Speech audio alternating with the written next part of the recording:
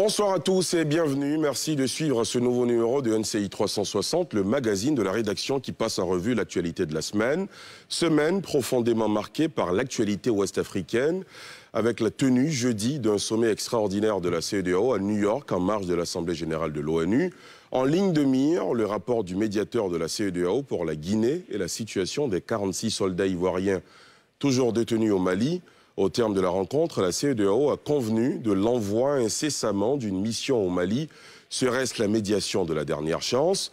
Toujours sur place à New York, lors de l'avant-dernière journée de cette 77e Assemblée générale des Nations Unies, le Premier ministre par intérim du Mali, dans un discours très offensif, a multiplié les critiques virulentes, véhémentes notamment à l'égard de la Côte d'Ivoire, du Niger, de la CEDEAO et de la France. Pour en parler ce soir avec moi en plateau, André Silver-Conan, journaliste fondateur d'Ivoire Hebdo, Dr Eddy Guipier, politiste, enseignant-chercheur à l'université Peleforo-Gon Coulibaly de Korogo, Arthur Banga, historien, analyste politique, spécialiste des questions de défense et de sécurité, Idrissa Keïta, journaliste consultant, Dr Sylvain Nguessan, analyste politique, directeur de l'Institut de stratégie d'Abidjan, enfin Landry Couillot, notre juriste. Bonsoir à vous messieurs, merci d'avoir accepté notre invitation.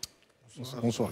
La CEDEAO, je vous le rappelle, semble perdre patience face à la junte militaire en Guinée qui n'a toujours pas présenté un délai de transition raisonnable aux chefs d'État et de gouvernement de l'institution sous-régionale. Lors de ce sommet extraordinaire tenu à New York, la CEDEAO a brandi des sanctions contre Mamadi Doumbouya et ses hommes. On fait le point avec Pierre Dipomela. Les dirigeants des États ouest-africains se sont réunis au sommet extraordinaire à huis clos au soir du jeudi 22 septembre, en marge de la 77e session de l'Assemblée générale de l'ONU à New York. Ils ont décidé de prendre des sanctions progressives contre les militaires à la tête de la Guinée. La junte au pouvoir à Conakry peine à convaincre l'institution sous-régionale sur leur volonté de rétrocéder rapidement le pouvoir aux civils. Nous avons décidé de prendre des sanctions contre la Guinée. La déclaration est signée du président de la Commission de la Communauté économique des États d'Afrique de l'Ouest, Oumar Aliou Touré, à l'issue de cette rencontre. Le président en exercice de la CEDEAO et le président de la commission de la CEDEAO vont établir une liste de personnes à sanctionner et de manière graduelle appliquer des sanctions. Le gel des avoirs et interdiction de voyage au niveau diplomatique, les membres de la CEDEAO vont rappeler, pour consultation, leurs ambassadeurs accrédités en Guinée. Par ailleurs, l'organisation accorde 1 mois à compter du 22 septembre aux autorités guinéennes pour accepter un délai raisonnable et acceptable de transfert de pouvoir aux civils élus, sous peine de sanctions plus sévères. Monsieur, ces premières sanctions qui tombent contre la Guinée, fallait s'y attendre, docteur Sylvain Nguessan? Oui, il fallait s'y attendre. Quand même, le coup d'État de la Guinée date de 2021, septembre 2021. J'ai quand même 12 mois pour proposer un programme à la CEDEAO. Malheureusement, jusque-là, il n'y a pas eu de programme vraiment lucide et rationnel. Comme toute association, elle a ses règles. Donc ces règles devront s'appliquer et c'est tout à fait normal que ceux qui dirigent la Guinée subissent ces sanctions-là. Encore une fois de plus, la question qu'on va se poser, est-ce que ces sanctions-là vont vraiment porter fruit dans la mesure où la junte a toujours des moyens, enfin l'élite politique de la Guinée, ceux qui dirigent la Guinée auront toujours des moyens, eux, pour survivre. Et c'est malheureusement les pauvres citoyens qui vont subir encore ces sanctions. Surtout que connaissant la Guinée, il y a tellement à faire en Guinée. Subir encore une sanction de combien de temps? Ce serait dommage pour la Guinée. On espère que d'ici là, un mois donc, que les autorités guinéennes trouveront la sagesse pour proposer un calendrier lucide et rationnel à la CEDEAO afin de sortir de cette impasse. Arthur? Je sais pas si je vais dire surpris et heureux. J'ai deux sentiments quand j'entends Sylvain être rappelé que 12 mois de putsch, c'est assez pour présenter un calendrier. Ce même Sylvain sur ce plateau s'offusquait que le régime putschiste de Goïta, après plus de 18 mois au pouvoir et qui a réclamé 5 ans, ne devait pas subir des sanctions. Si aujourd'hui la CEDEAO a du mal même avec ces sanctions, c'est parce qu'il y a des intellectuels comme vous, justement, qui avaient défendu des régimes putschistes, qui ont passé 18 mois et qui ont réclamé 5 ans pour rester à la tête de leur pays. Ce qui est contraire à tous les textes de la CEDEAO. Là, vous y allez fort, là. Non, mais c'est vrai, je suis offusqué. C'était sur ce plateau qu'ils ont défendu. Donc, on ne peut pas défendre Goïta et dire oui, Goïta peut faire 50 ans au pouvoir.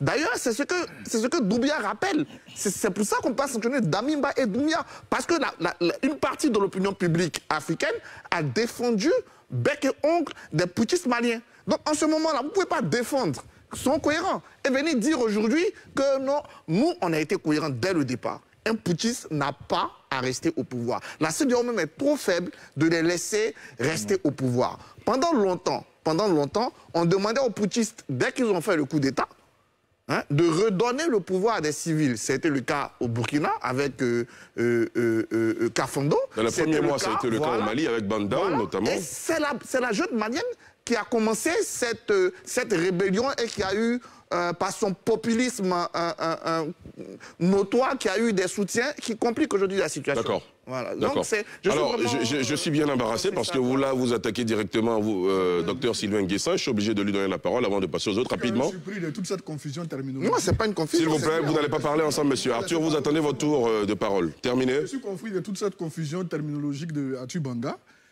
Ma position n'a pas varié. La sanction contre la CEDEAO, contre la Guinée, je viens de le dire, c'est malheureux, mais cette sanction, elle ne va atteindre que la pauvre population et non pas l'élite guinéenne. C'est la même chose que nous avons défendu concernant le Mali.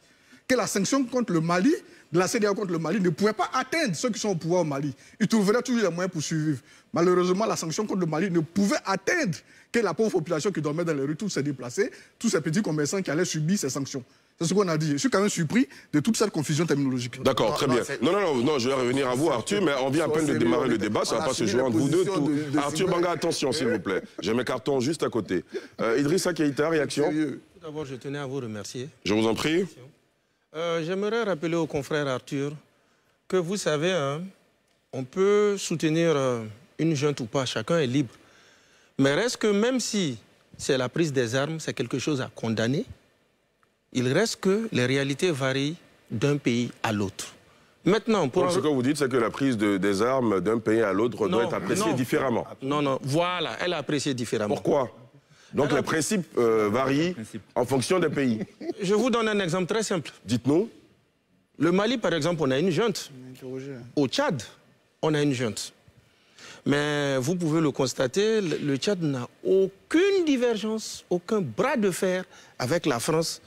Tout le contraire du Mali. Et à telle enseigne que ce 2 poids 2 mesures a finalement poussé même le Mali, quelque part, à se retirer. Ici, on ne parle pas de la France. Du G5 Sahel. S'il vous plaît. Non, on parlait pourquoi les transitions, les appréciations varient d'un endroit à l'autre. J'ai juste donné le cas du Tchad, une junte aussi qui est là. Mais bon, on le voit, les relations... Arthur, laissez-le terminer, s'il vous plaît. J'ai pris 2 cas. Ce sont des militaires, ils ont pris le pouvoir par les armes. Ils se sont imposés. Vous avez l'impression que la communauté internationale n'a pas le même regard sur les jeunes au Tchad ou au Mali. C'est cela. C'est ça votre propos. Maintenant, pour revenir à la Guinée... Je vous donne la parole tout à l'heure, ne vous inquiétez pas. Pour revenir à la Guinée, il ne faudrait pas oublier que la CEDEAO est en fait rentrée dans le jeu que très récemment. Quand il y a eu le coup d'État en septembre 2021, la CEDEAO, séance tenante, a exigé que tout rentre dans l'ordre dans 6 mois. La junte a fait la sourde oreille et même allé à la défiance. Après les 6 mois, il y a eu des sommets pour qu'on puisse désigner un médiateur. Le premier médiateur qui a été désigné, qui était là-bas de très longue date, Ibn Chambas, le Nigérian, a été récusé. Donc ce n'est réellement que dernièrement, il y a à peine 2 mois, 3 mois peut-être, que maintenant nous avons son Excellence Yahi Boni qui est à l'œuvre. Et on sait que sa dernière mission date de tout très récemment. Donc, et aussi la junte a joué sur une chose. Parce que la CEDEAO voulait un chronogramme. La junte a traîné avant de choisir son organe législatif, qui lui aussi a mis du temps avant de donner un délai. Et ce délai, en premier, avait été donné par la junte, qui parlait carrément de 38 mois, avant que le CNT ne parle de 36 mois. Donc, ce n'est que maintenant que la CEDEAO rentre en jeu. Et donc, la CEDEAO a compris, quand même, après plus d'1 année, les divergences sont devenues très fortes. Les partis qui comptent, les leaders sont tous à l'extérieur, sont contraints à l'exil. Beaucoup sont dans la clandestinité. Et il était normal que le ton de la CEDEAO soit ainsi. Très bien. André Silver, je reviens à vous tout à l'heure. Oui. J'aimerais faire remarquer que au Mali aussi, la CEDEAO avait été très patiente. Parce qu'on semble souvent l'oublier. les sanctions sévères de la CEDEAO contre le Mali sont intervenues plus d'1 an après. 2 ans. Plus d'1 an après. Et c'est quand la junte du colonel Assimi Goïta avait présenté un chronogramme allant jusqu'à 5 ans. Donc, sur ce point, la CEDEAO, elle est cohérente. Elle accompagne, parce qu'il y a un état de fait qui est le coup d'État. Tout de suite, on condamne, mais on accompagne pour qu'on aille rapidement à une transition civile ou éventuellement à un pouvoir civil. Donc, ne faisons pas croire que la CEDEAO avait sanctionné tout de suite le Mali, c'est faux. Ça n'a pas été le cas. Première chose. Deuxième chose, j'entends souvent cette affaire du Tchad et du Mali. Première chose, le Tchad ne fait pas partie de la CEDEAO. Et donc, raisonnablement, c'est une affaire qui ne concerne pas la CEDEAO. La CEDEAO a ses règles. Je pense même qu'elle est en avance. Je suis très critique vis-à-vis de la CEDEAO, que je continue de qualifier de syndicat et autres. Mais la CEDEAO est souvent en avance, même sur l'ONU. Parce que vous avez vu, des putschistes sont intervenus à la tribune de l'ONU. Vous ne verrez pas ça à la CEDEAO. Et donc, ça, c'est la deuxième chose. La troisième chose, c'est que nous ne devons pas avoir de position à géométrie variable.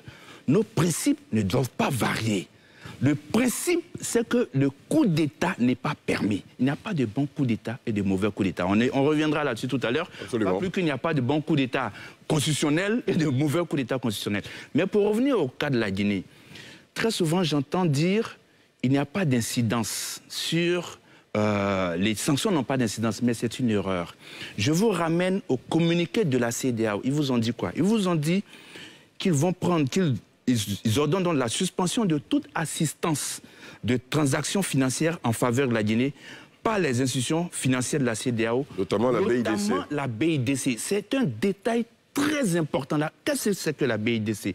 La BIDC, c'est la Banque d'investissement et de développement de la CEDEAO. Je vous ramène à 2 projets importants qui sont subventionnés, sinon financés par la BIDC. En avril 2021, la Guinée a signé avec la BIDC donc une convention pour un projet destiné aux éleveurs guinéens pour un objectif axé sur 25 millions de poulets à produire par an. Vous savez, l'agriculture, dans le monde agricole, il y a d'abord l'agriculture et il y a l'aviculture. En Guinée, ça représente 30% du monde agricole. 200 000 familles qui vivent et qui dépendent de ça. 25 millions. Donc demain, quand vous verrez des poulets qui seront un peu plus chers sur le marché guinéen, c'est par rapport à cette sanction. Deuxième projet, en mars 2021, le Ghanéen, donc Georges Adjekoun, qui est le patron donc, de la BIDC, a signé un contrat avec le DG de Vista Bank Guinée, M. Yassine Bayo, et l'accord portait sur quoi une ligne de crédit pour 10 millions d'euros. Environ 6,5 milliards de francs CFA. Vous pouvez convertir ça en francs guinéens, c'est une importante somme. Objectif, financer des prêts pour des petites et moyennes entreprises. 2000 PME. Voyez, c'est cela. Donc fermer le robinet de la BIDC, ce serait évidemment c'est catastrophique. Voilà, donc le petit peuple ne voit pas l'incidence. Moi, j'ai entendu cela au Mali. On s'en fout des sanctions. Mais même le colonel Maïga, il a reconnu à la tribune que ça a eu des effets. Donc, il appartient au peuple de ces pays de demander à leurs dirigeants où est-ce que vous amenez nos peuples, où est-ce que vous amenez le pays. C'est ça qui est important. Très bien. Eddy Guipier? Bon, c'est vrai que Sylvain Conan vient de faire, on va dire... une belle démonstration. Une belle démonstration sur le point, mais bon, je rejoins un peu ce que... Mon confrère de l'Institut stratégique d'Abidjan a dit tantôt, la plupart du temps, ce sont les peuples qui en souffrent. Rares sont les embargos, ou du moins les mesures coercitives, les gels, les sanctions qui ont pu faire tomber un régime ou le rendre beaucoup plus flexible. La plupart du temps, ça les radicalise. Vous avez des militaires qui ont pris le pouvoir à un certain moment donné, qui, dans une sorte de mimétisme, qui sont tous en train de s'imiter, parce qu'ils prennent le pouvoir, et puis ils prennent le soin de dupliquer, je l'ai dit déjà sur ce plateau, toutes les institutions républicaines en leur donnant un semblant de contenu républicain ou démocratique. Tout à l'heure, j'ai regardé un peu comment dirais-je, le pupitre sur lequel s'exprimait le colonel Doumbouya tout à l'heure, et j'ai vu présidence de la République. Donc vous voyez qu'il y a des termes pour lesquels ils n'ont même plus peur. Voilà, avant, il disait président de transition, même si c'est comme ça qu'il se fait appeler. Au Burkina Faso, il se fait appeler président du Faso. Et vous voyez, ils ont dupliqué toutes les institutions et ils s'expriment là-dessus par ces biais. Le peuple guinéen, il ne faut pas oublier, c'est que il y a certains peuples ou bien certains leaders qui tombent dans le piège de la question du souverainisme exacerbé. Les Guinéens sont vraiment familiers, c'est-à-dire que lorsqu'ils ont, on va dire, l'extérieur qui les attaque, entre guillemets, ou du moins qui s'insurge contre certaines positions, ils savent encaisser le coup et justement sortir l'argument de la souveraineté pour pouvoir résister. C'est un peuple qui est résilient, qui n'a pas peur, depuis Lassana Conté, d'être isolationniste ou même Sékou Touré. Vous avez aussi deux éléments qui appartiennent, comment dirais-je, à la Guinée, qui lui permettent de résister. Je ne suis pas en train de, comment dirais-je, faire l'apologie de ces derniers. Je suis en train de relativiser un peu l'impact quant à ces jeunes-là qui doivent, comment dirais-je, être beaucoup plus flexibles. Vous avez le port autonome de Conakry, qui est une ouverture sur le monde, qui ne va pas empêcher les échanges de ces derniers. Et vous avez aussi la Banque centrale de Guinée, pour les différencier du cas des Maliens et ou des Burkinabés, pour lesquels ils n'ont pas forcément besoin, ou pour lesquels ils n'ont pas besoin d'être étranglés depuis l'UEMOA. Donc c'est tout ce panel comment dirais-je, de structures-là qui permettent, on va dire, à la junte de s'en tirer à bon compte et qui lui permettent, on va dire aujourd'hui, de ne même pas fournir de chronogramme ou de fournir un chronogramme réalisable et rationnel. Landry Couillot, vous n'êtes pas encore intervenu, allez-y. Tout à fait, merci bien pour la parole donnée. Je voudrais déjà manifester ma tristesse. Ma tristesse parce qu'on nous a fait croire il y a quelques mois qu'on avait des coups d'État salutaires et que c'était l'expression de la volonté des peuples. Notamment en Guinée, quand le coup d'État est intervenu, la classe politique a donné de la voix pour estimer que c'était un coup d'État salutaire. Il faut le rappeler. La démocratie en Guinée court un péril grave. Elle est muselée. On voit comment est-ce que les manifestations qui sont de droit, elles sont matées. Alors je me pose la question, ceux qu'on mate, ce n'est pas le peuple, ce sont des chiens. Ce sont des chiens. Ce sont des Guinéens, des citoyens, des gens qui ont droit à la vie, ont droit à pouvoir manifester autre chose que ce que l'on leur propose. C'est décevant, c'est une déception et c'est la réalité. Et c'est la réalité. On nous a fait croire qu'ils étaient venus sauver la démocratie, mais en réalité, ils ne la sauvent pas. En réalité, il y a des personnes avides de pouvoir qui ont décidé de s'en accaparer et marchent désormais sur la démocratie et sur les peuples. Le cas de la Guinée est un cas effroyable. Effroyable. Et j'ai mal au cœur de savoir que beaucoup d'entre nous sont tombés dans ce piège-là et ont soutenu d'une manière ou d'une autre ces démarches-là. Je reviens pour dire une chose. Lorsqu'on me dit que le peuple guinéen est résilient, c'est vrai historiquement parlant. Mais il ne faudrait pas oublier que les derniers événements que connaît la Guinée avec les répressions massives, violentes sur la population, le fait que la frange la plus importante de l'opposition, de la classe politique guinéenne est aujourd'hui muselée, d'autres sont en exil, d'autres sont dans la clandestinité, font que, attention, il n'y aura pas de résilience d'un peuple, parce que ce peuple est déjà divisé en interne. Il n'y aura pas de résilience. Au contraire, je crois que cette classe politique va s'appuyer sur cela afin de mettre une pression, une couche de pression sur le pouvoir qui est en face. Je vais terminer avec ceci, je n'aimerais pas être trop long. Il s'agit de la vie des gens. C'est la vie des peuples. On développe des thèses, des théories, mais il y a des gens qui vivent, il y a des gens qui meurent, il y a des gens qui ont besoin de vivre dans un environnement serein. Il va falloir les aider à cela.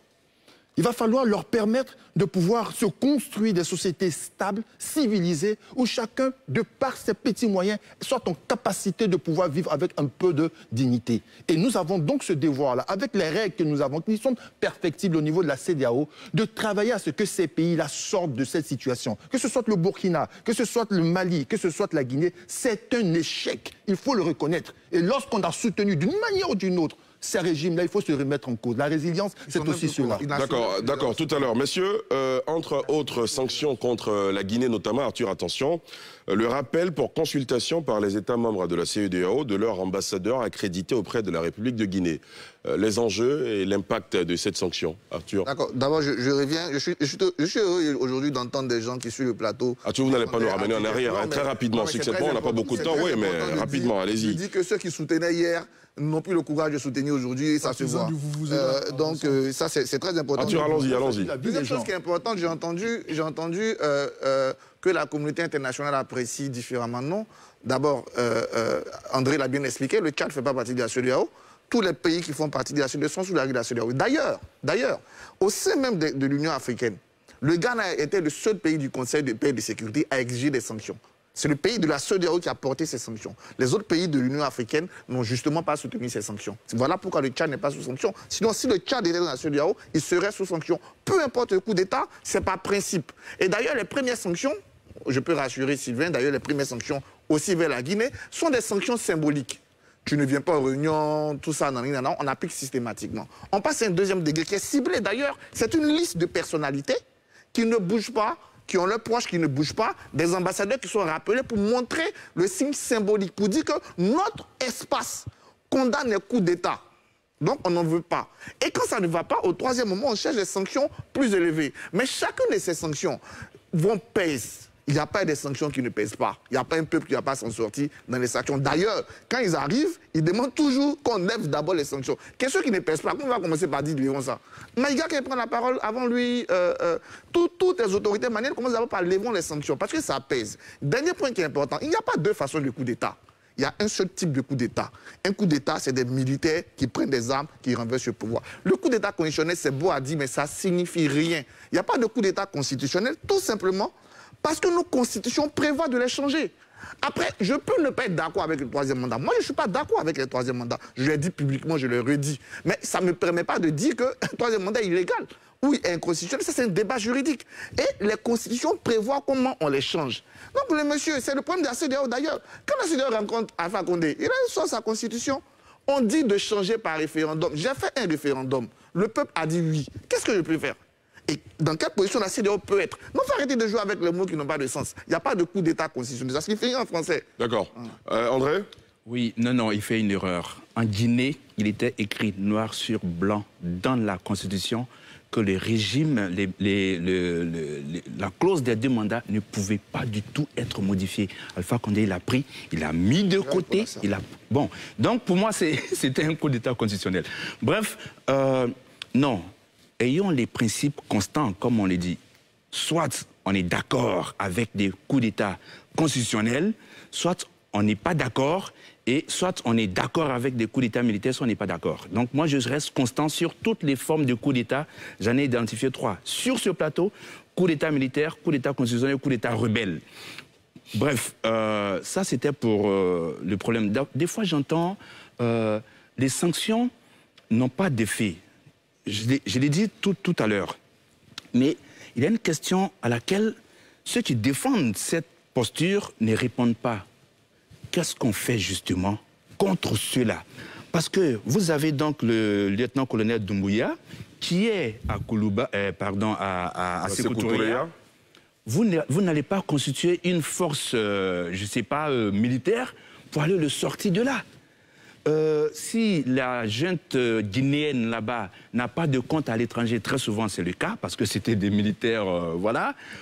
Toutes les sanctions, je vais dire, les gels des avoirs, ça ne les regarde pas. Voilà. Et donc, quand vous me dites, non, ce sont des sanctions qui ne touchent pas les autorités, en fait, c'est une façon de valider donc leur présence. C'est cela, indirectement.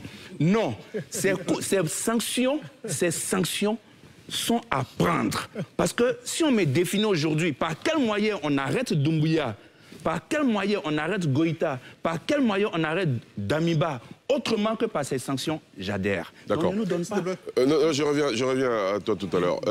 Oui. Je pense qu'on va faire un effort pour bien se comprendre et pour ne pas imputer des dires à ceux qui n'ont pas dit ou des pensées à ceux qui ne les ont pas pensés. Se poser la question, faire l'évaluation de l'impact des sanctions sur tel régime, ce n'est pas invalider ces sanctions. Ces sanctions sont à prendre, bien entendu. Mais on se pose la question non seulement de leur impact, mais aussi de leur portée. Et je pose la question de savoir ou du moins quand avez-vous vu des sanctions faire tomber un régime si ce n'est que le radicaliser? Voilà les questions que je pose. Sinon, je pose la question de l'impact de ces sanctions. Ça ne veut pas dire que je suis contre ces sanctions. J'aimerais ajouter cela. Très bien. Sylvain Nguessan.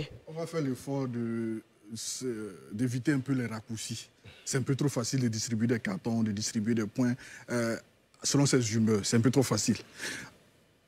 Koda Sylvain parlait tout à l'heure de tout le pacte qui a été signé, enfin le contrat signé entre la Guinée et la BIDC. Mais ce sont des éleveurs qui sont bénéficiaires. Quand ce robinet est fermé, est-ce que c'est Doumbouya qui... Proposer justement en face. Justement, on pose la question parce qu'il faut poursuivre la réflexion. Historiquement, quel pays vous connaissez qui est tombé, quel régime connaissez-vous qui est tombé du fait des sanctions? C'est toujours l'histoire. Alors, monsieur, c'est pas un débat. C'est pas un débat entre deux personnes, s'il vous plaît. Je réponds. Vous n'allez pas parler ensemble, Arthur, doucement. Vous n'allez pas parler ensemble, monsieur. Il y a une question quand même qui est pertinente. Qu'on doit se poser, à laquelle vous devez donner des éléments de réponse.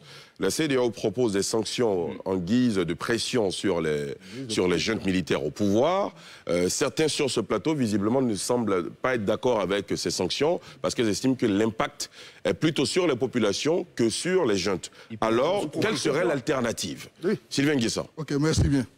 Donc, on est d'accord, je suis d'accord qu'il y ait des sanctions contre ces pays-là, mais quand on interroge l'histoire, aussi longtemps qu'on remonte, il n'y a pas eu une sanction concernant un pays. Tu ne réponds pas à la question. Qu'est-ce que tu proposes? C'est pas toi qui donne la parole, Sylvain. S'il vous plaît. Il peut rappeler. Sylvain Nguessa, terminé. Je vous ai donné la parole, allez-y. Merci. Mais attendez, est-ce que vous, on vous a demandé qu'est-ce que vous proposez? Eddie Guipier. Non, s'il vous plaît. Non, moi j'aurais formulé pour... Monsieur, Arthur Banga, Landry Couillot, vous n'allez pas me rendre la tâche plus difficile, s'il vous plaît, monsieur. Vous n'allez pas parler ensemble.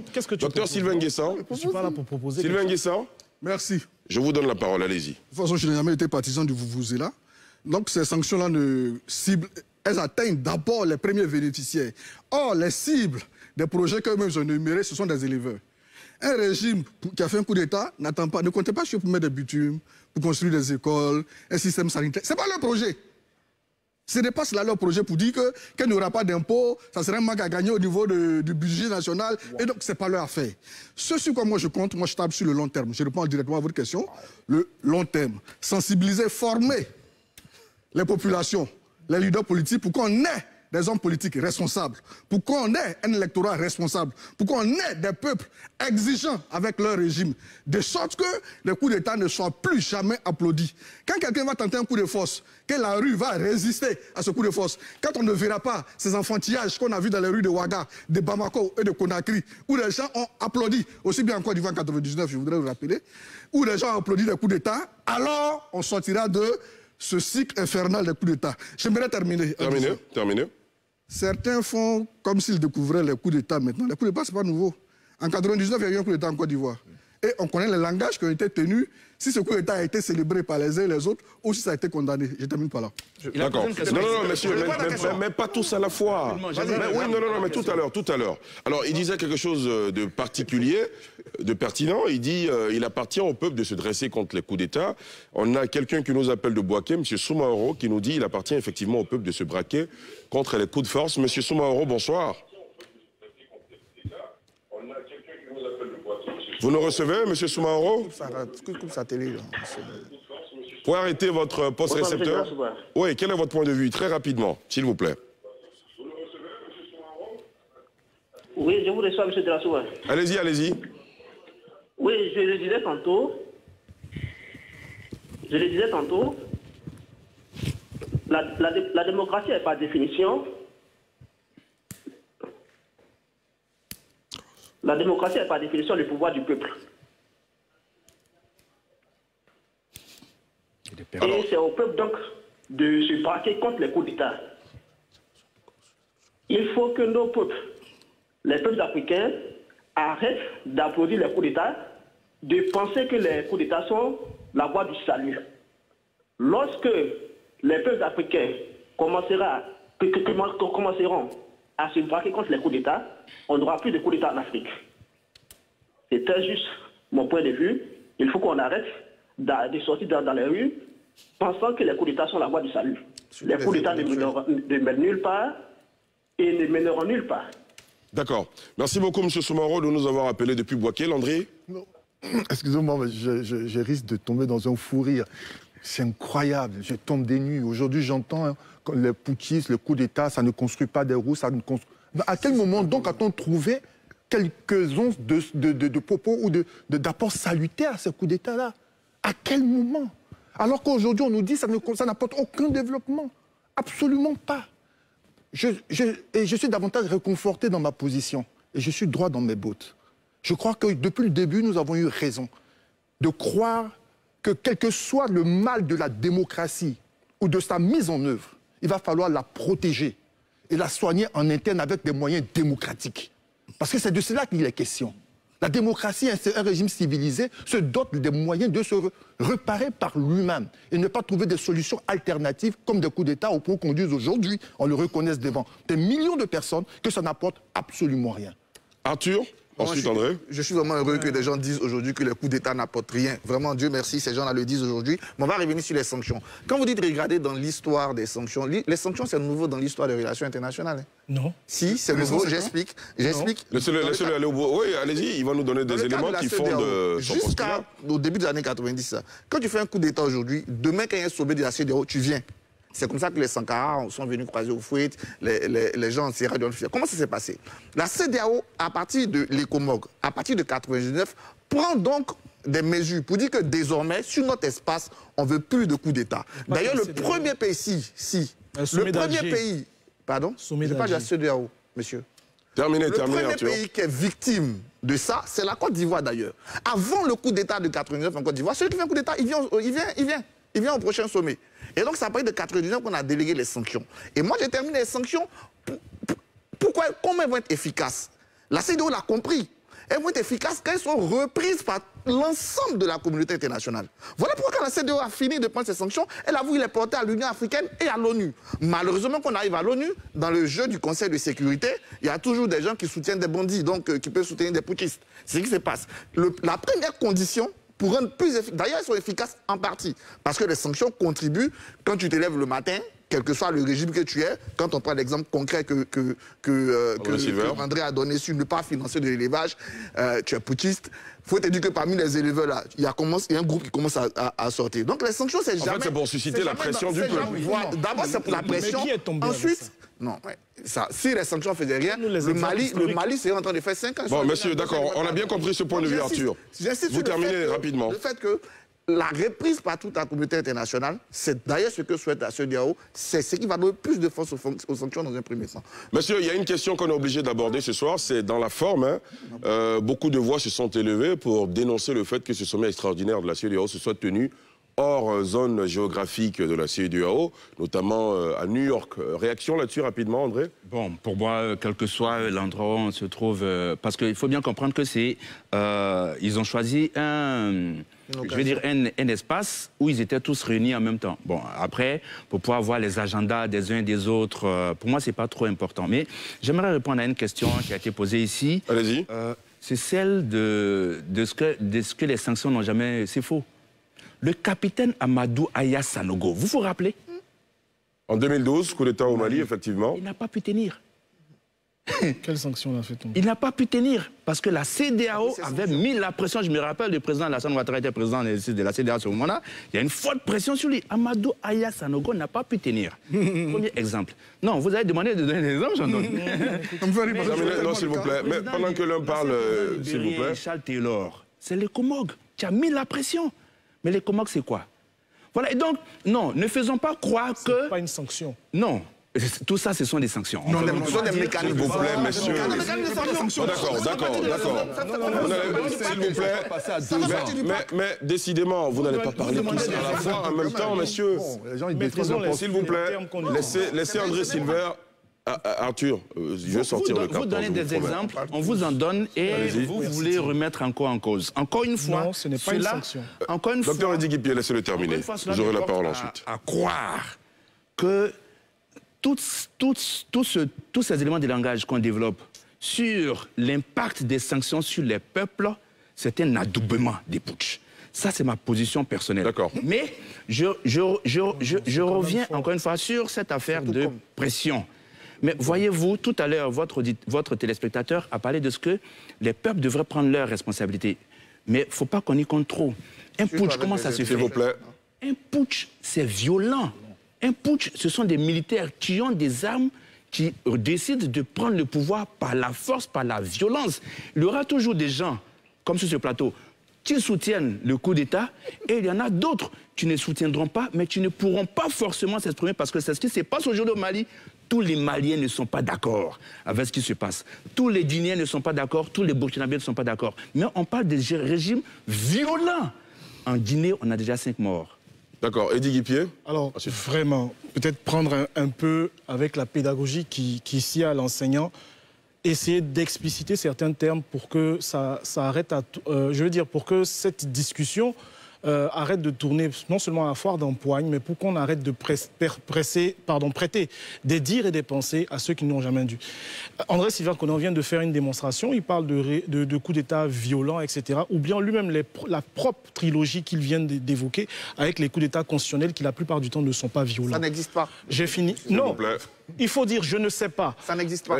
Arthur, attention, laissez-le. Il y a eu ce qu'on appelle le coup d'État médical de 1987 en Tunisie du Premier ministre c'est lui qui a la parole. Zine El Abidine Ben Ali. Oui, vous aurez le temps, mais laissez-le terminer. Zine El Abidine Ben Ali contre le président Habib Bourguiba à l'époque en 1987. On a surnommé le coup d'État médical. Ah, on l'a surnommé. Arthur Banga, s'il vous plaît. Médical se définit comme l'interruption d'un processus. Mais vous n'avez pas la parole, diantre. Franchement, je pense que c'est une qualification. S'il vous plaît, Landry, vous aussi, vous n'allez pas vous y mettre. Qualification, voilà.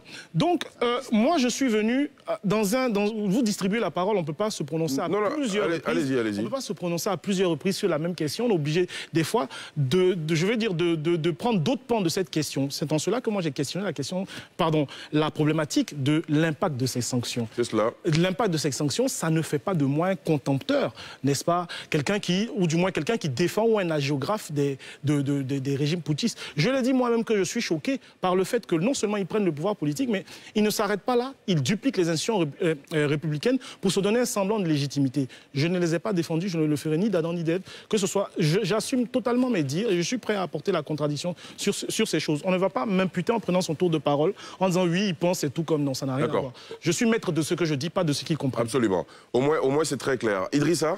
Moi, j'aimerais aller sur 3 points. Rapidement, allez-y. Oui, le premier point, pourquoi je fais mention du Tchad? Pour la simple et bonne raison que ce pays, il intervient au Mali voisin, mais mieux, le Tchad, il intervient au Mali voisin, mais encore qu'il siège avec au moins 3 pays de la CEDEAO dans l'instance du G5 Sahel. Donc évidemment, si certaines situations se passent là-bas et qu'il y a des comparatifs ici, on peut en parler. Pour ce qui est de la Guinée, les sanctions, soyons réalistes, la Guinée a quand même une particularité qui a été évoquée ici. C'est que la Guinée n'est pas avec le CFA. Ils ont leur monnaie. La Guinée, historiquement, à cause du nom de Sékou Touré, nous préférons vivre, comment dirais-je, la liberté. Dans la pauvreté. Voilà, nous préférons vivre la pauvreté dans la liberté qu'à l'opulence dans l'esclavage. Ça a développé chez le Guinéen cet état combatif, cette résilience. Parce que Sékou Touré, il a fait 27 ans. Lansana Conté, lui, il en a fait 24. Et jusqu'à présent, ils n'ont jamais adhéré à la CEDEAO. Ils avaient une oreille quand même ouverte à la question de l'écho. Donc, ceux qui sont au pouvoir, déjà, ils ne sont pas dans le front guinéen. Lui et moi ne peut pas les intimider. Mais mieux, dès le départ, quand la CEDEAO avait menacé des sanctions, quand elle parlait de 6 mois pour un retour, ils ont dit que d'abord, eux, ce sont des militaires, les missions qu'ils ont ne se font pas à l'extérieur, c'est à l'interne. Et que eux, contrairement à ces leaders qui sont là, qui haussent le ton, ils n'ont pas de compte à l'étranger. Et encore, la Guinée a un port. Et ça pèse énormément par rapport à d'autres pays qui sont enclavés, qui évidemment vont sentir autrement les sanctions. Maintenant, le troisième point. On a dit, il y a la banque d'investissement de la CEDEAO qui va fermer le robinet. Seulement que la Guinée a quand même quelques alternatives. Je citerai 2 cas. La coopération chinoise. Depuis 2018, la Guinée et la Chine ont signé un deal où sur 10 ans, la Chine doit investir chaque année 1 milliard de dollars pour construire des infrastructures. Parmi lesquelles nous avons la fameuse autoroute. Arthur, attention. Attention, je ne parle pas de n'importe quelle, justement, infrastructure, monsieur. Parce qu'il y a la route sous-régionale, un peu comme Abidjan-Lagos, Conakry, Kankan Dabola, qui va sur Bamako pour pouvoir venir au port de Conakry. Et concurrence directe au port d'Abidjan. Faites attention, monsieur Arthur. Attention à quoi? Le dernier d'hier peut être le premier d'aujourd'hui. Arthur ne parlait pas au même moment que lui, celui qui a la parole. Mais vous aurez la parole. Attendez votre tour de parole. Une route internationale où le port de Côte d'Ivoire et le port du Sénégal pourraient plus tard à long terme se retrouver sur le quai ou être surpris. Parce qu'on ne voit pas ça venir. Ensuite, la deuxième alternative, c'est la Turquie. Vous le savez tous, dernièrement, il y avait des bisbilles autour du président Alpha Condé, l'ancien président. Pourquoi? Parce que des militaires sont intervenus au port de Conakry, dans la zone concessionnelle, au niveau du groupe Al-Barak. Le groupe Al-Barak a son entité là-bas, Alport. Et cette entité gère spécialement le vrac, les nourritures, les denrées. Et justement, pendant la période des sanctions, c'était eux qui ont supporté le Mali. Maintenant, Al-Barak, au-delà de ce marché-là, ils ont le marché de l'assainissement. Et dernièrement, ils viennent d'ouvrir le front de l'agriculture. Et avoir la Chine avec soi pour un contrat de 20 milliards, non 10 milliards plutôt sur 10 ans, chaque année 1 milliard, et avoir la Turquie pour un contrat de 25 ans où on doit mettre 500 millions de dollars, déjà 150 millions ont été mis dans la balance, ce ne sont pas des partenariats moindres. Parce qu'on entend beaucoup parler de la Guinée, mais on ne sait pas trop le inside, qu'est-ce qui s'y passe. Et ces partenariats-là n'ont pas été interrompus. D'accord. Je voulais le faire savoir. C'est entendu. Arthur? Bon, peut-être que notre ami est trop guino-centré, donc il est un peu... Je vous en prie, je ne suis pas partisan. Cette route n'est pas sortie d'elle-même, elle est en train de se faire et la junte ne l'a pas été. On vous a bien compris tout à l'heure, Idrissa Keïta. Arthur, vous avez la parole. Je ne m'égosille pas, la route est réelle. S'il vous plaît, mais de grâce, arrêtez ces pics que vous lancez qui ne nous font pas avancer dans le débat. Quand l'un a la parole, il faut que l'autre souffre le temps de sa parole et qu'il prenne la parole. Voilà, Arthur, allez-y. Je dis que les gens sont guino-centrés, donc ils ne maîtrisent pas trop l'aspect international. La Chine a développé un projet qu'on appelle la ceinture et la route. C'est un projet d'infrastructure. J'ai été invité 2 fois en Chine pour participer à la mise en place de ce projet. Donc, c'est rien de nouveau. La Côte d'Ivoire, aujourd'hui, a pour premier partenaire économique la Chine. La Turquie a fait au mois de décembre là, le sommet à Istanbul, le sommet Turquie-Afrique. Ce n'est pas spécifique à la Guinée. Ne banalisez rien, mon cher. C'est beaucoup pour la Guinée, c'est beaucoup pour le peuple de Guinée. Idrissa, s'il vous plaît.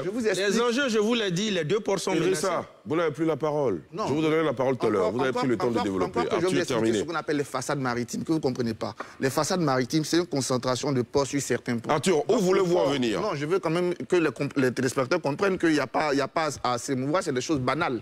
Aucunement. Donc, il n'y a pas de concurrence. C'est les façades maritimes, les ports doivent être interconnectés. C'est ce qui se passe en Europe. Donc, ce qui va se passer entre nous. Bon, revenons maintenant aux 2 questions qui nous intéressent, après avoir situé un peu le contexte de la ceinture de la route et des projets turcs en Afrique, qui ne sont pas spécifiques à la Guinée. Tous les pays, dont la Côte d'Ivoire, par exemple, en bénéficient. Donc, il faut le savoir déjà. D'accord. Ensuite, il faut revenir sur 2 choses. J'insiste. Il y a dans le dictionnaire une seule forme de coup d'État. On peut surnommer, on peut renommer, on peut danser, si on veut, mais il y a une seule forme de coup d'État. C'est quand des militaires renversent un pouvoir. Le reste, on peut le nommer, le surnommer. On dit, c'est écrit dans une constitution. Nous, on peut décider d'écrire pour montrer les limites. Nous, on peut décider d'écrire dans une constitution qu'on ne fait pas. Par exemple, on ne touche pas à ça. Si dans 50 ans, nos enfants veulent changer, ils vont prendre comment on change et puis ils vont changer simplement. Une constitution, ce n'est pas la Bible. Ce n'est pas le Coran, ça se change. Maintenant, on peut déplorer et réfléchir ensemble à comment on fait pour que les changements n'interviennent pas pour l'intérêt d'une personne. Mais on peut pas, c'est pas parce qu'on est contre le 3e mandat qu'on va inventer des mots. C'est des mots que vous inventez qui n'ont pas de sens. D'accord. En fait, je vais terminer. Terminer rapidement. Sur la question des sanctions. Oui. C'est sur la question des sanctions. Je dis et je répète, les sanctions d'abord sont graduelles. Les sanctions contribuent aux pressions. Les sanctions font partie d'un ensemble. Les sanctions, il n'y a pas une causalité unique pour la chute d'un régime. C'est toujours une conjoncture. C'est toujours un ensemble. Quand on fait un coup d'État, on fait une révolution, ce n'est pas un point A qui entraîne la révolution. C'est une circonstance. Et donc les sanctions vont faire partie de cette circonstance. Et j'ai terminé pour dire, si les sanctions n'ont pas l'effet qu'elles ont, c'est parce que justement, et il explique un peu en partie ce que je dis, on n'arrive pas à avoir un bloc international qui va soutenir au-delà de ces sanctions. C'est-à-dire si par exemple on disait à partir du moment où la CEDEAO prend les sanctions, l'Union africaine va les endosser et l'ONU va les endosser, comme je l'ai expliqué dans un article sur la crise post-électorale. En ce moment, ces sanctions de la CEDEAO sont plus fortes. Mais tant qu'elles sont CEDEAO, effectivement, on peut contourner, mais les sanctions font partie d'un ensemble d'éléments pour mettre pression. Je suis encore heureux on a bien compris. On entend des gens qui leur dire qu'ils sont contre les coups d'État. On a bien compris ce point de vue, Arthur. On a bien compris. Docteur Sylvain Nguessan, ensuite Landry, avant d'aller à la pause, allez-y. Premier point, le coup d'État, la pression de la CEDEAO sur le Mali qui aurait fait sauter Aya Sanogo. Aya Sanogo, je le connais. J'étais avec lui en février 2012, avant son coup d'État. Je connais le dossier du Mali. Aya Sanogo n'a pas cédé. Il n'est pas tombé suite à la pression, non? Dans tout pays, il y a des mécanismes de résolution des conflits.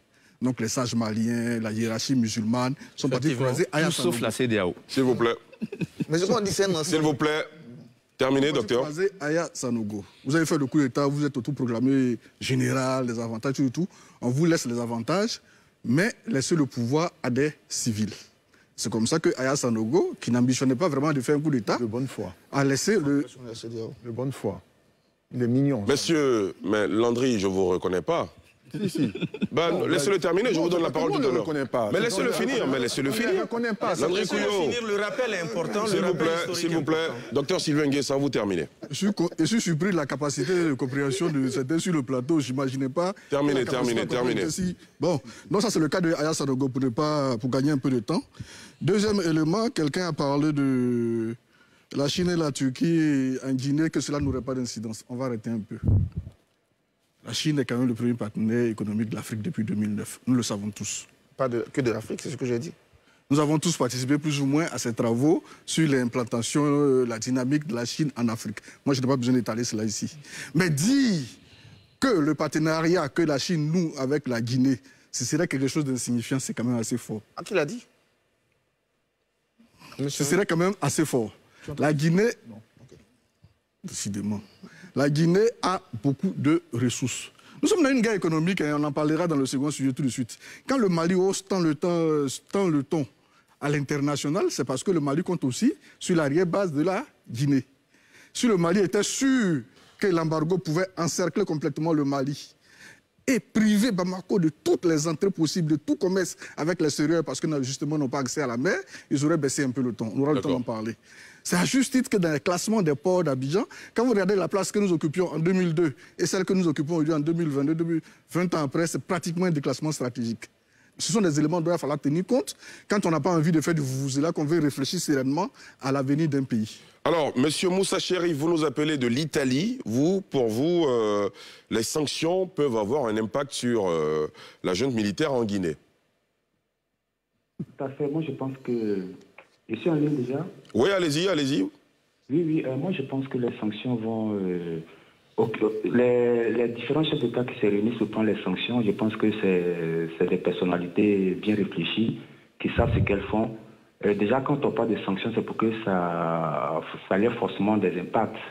Et tout à l'heure, notre frère journaliste malien faisait cas de cette structure turque qui est au port de Conakry. De Conakry. Mais vous savez qu'il n'y a pas longtemps, il y a eu une descente musclée au port de Conakry. La junte a fait une descente musclée, aller fermer les bureaux du directeur général de ce port-là, sous prétexte qu'il y avait des informations faisant état de quelques vérités de l'ex-président qui s'y trouvent. Et comme c'est cette structure qui avait facilité le déplacement de l'ex-président, sa prise en charge à l'hôpital, et donc avec ces gens de comportement, avec ces gens de réaction, avec les partenaires extérieurs, avec les investisseurs, déjà, la junte ne facilite même pas déjà la sécurité judiciaire de ces entreprises-là. Et ce sont les effets des sanctions qui entraînent généralement ce genre de choses. Une junte qui voit ses entrées rétrécies passe par la force pour menacer toutes ces sociétés et autres.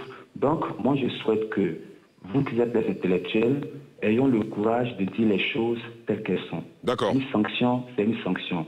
Et déjà, toi-même, en tant qu'un être humain, quand tu entends que tu es sanctionné, déjà, consciencieusement, ça doit te toucher. Voilà, tu dois tout faire pour sortir de ces gens D'accord. Et puis montrer la bonne face.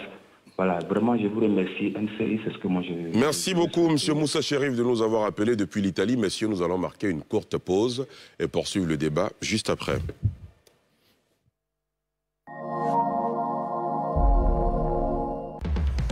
Le port d'Abidjan est le poumon de l'économie ivoirienne. Depuis 2012, il est en travaux pour agrandir le canal de Vridi, moderniser le terminal à pêche, construire un terminal roulier, un second terminal à conteneurs, un terminal céréalier et réaliser 40 hectares supplémentaires de terrains industriels. Conforme aux standards internationaux, il est certifié aux normes qualité ISO 9001, environnemental ISO 14001 et de sûreté SPS. Le port d'Abidjan est le leader de l'Afrique de l'Ouest. Port autonome d'Abidjan, une référence internationale. Sous le parrainage de l'honorable Raoul Abi, député maire de la commune de Marcory, Gaou Productions en partenariat avec NCI présente Fjord de Bior en concert live le samedi 1er octobre 2022 à partir de 16h à la salle Anoumabo du Palais de la Culture d'Abidjan Trècheville. Tickets en vente à 5 000, 10 000 et 20 000 francs CFA dans tous les points de vente habituels. Infoline Fjord de Bior en concert. Monsieur Kouakou, comment allez-vous? Ça va très bien. Monsieur. Merci. Internet, SMS. Cette formule est rattachée à des avantages. Alors, oui. Allô, bonjour. Monsieur Kouakou.